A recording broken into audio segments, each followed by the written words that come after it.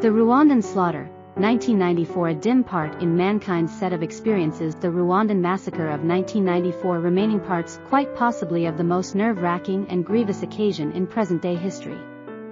This mass killing of Tutsis and moderate Hutus by fanatic Hutus scarred Rwanda and the world, revealing insight into the repulsions of ethnic viciousness and the global local areas in action.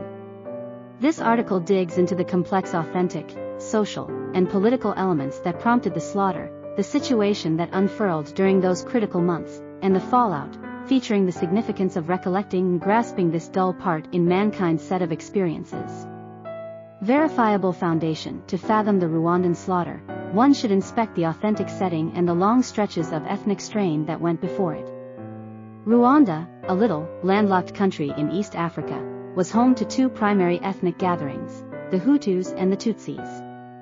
These gatherings were fundamentally recognized by their financial jobs as opposed to racial or ancestral contrasts.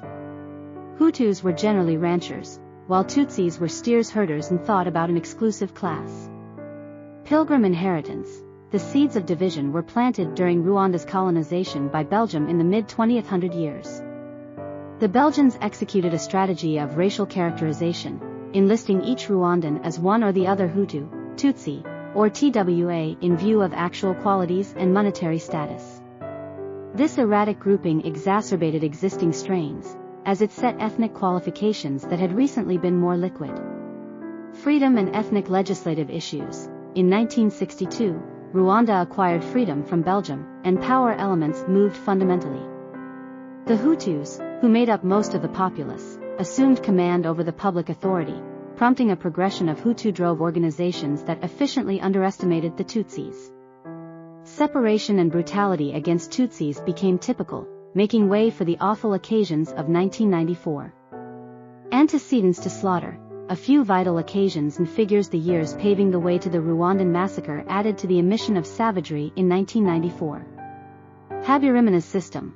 President Juvenal Habyarimana, a Hutu, managed Rwanda from 1973 until his death in 1994.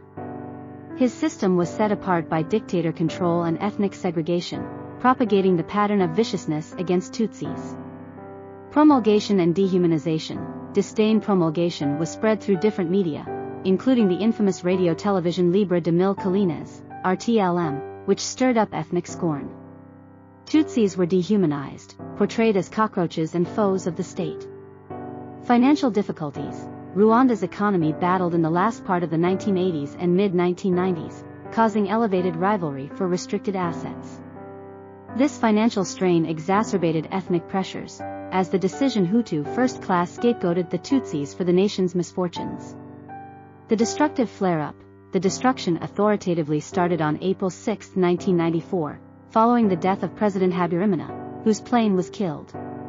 This occasion filled in as the impetus for a perfectly tuned mission of viciousness that unfurled in three particular stages: slaughters and preparation, April 6 to 17, as fresh insight about President Habyarimana's demise spread, Hutu fanatics jumping all over the chance to send off a brutal attack on the Tutsi populace. Detours were set up, and arrangements of Tutsi people were utilized to distinguish and target casualties. Civilian armies, like the Interahamwe and Impuzamugambi, started precise killings, frequently fully backed by government authorities and the military. Spreading repulsiveness. April 18 to June 30, the underlying rush of savagery was trailed by a serious time of boundless killing, torment, and assault. Tutsis were pursued down in their homes, chapels, and concealing spots. The worldwide local area generally neglected to answer sufficiently, notwithstanding mounting proof of abominations. Breakdown of destructive system. July 1 to July 4, as the savagery seethed on, rebel powers drove by the Rwandan Devoted Front, RPF, made mostly out of Tutsi exiles, started progressing on Kigali. The destructive system started to disintegrate, and a large number of its key figures escaped the country. In the Bedlam, endless Tutsis had previously been severely killed. Global reaction. The global local area's reaction to the Rwandan annihilation has been generally reprimanded for its inaction. The Unified Countries Help Mission for Rwanda, UNAMIR, which had a restricted command and deficient soldiers, couldn't forestall or really mediate in the decimation. UNAMIR's deficient command, the UNAMIR mission was laid out essentially for peacekeeping, however it coming up short on power and assets to mediate in the raising savagery really. The global local area's hesitance to recognize the slaughter and offer significant help permitted the abominations to proceed. Inability to name it as massacre, the global local area, including the US, wondered whether or not to name the occasions in Rwanda as slaughter. This hesitance was somewhat because of the legitimate commitments that would accompany such a characterization, as the 1948 massacre show would require mediation. Deferred reaction, the assembled countries and the world's significant powers neglected to make an opportune and conclusive move to end the slaughter. While there were calls for mediation and helpful help, the reaction was slow and frequently prevented by regulatory snags. Outcome and recuperation. When the Rwandan Energetic Front, RPF, assumed command over Kigali in July 1994, roughly 800,000 individuals had been severely killed, and Rwanda was in a condition of pulverization.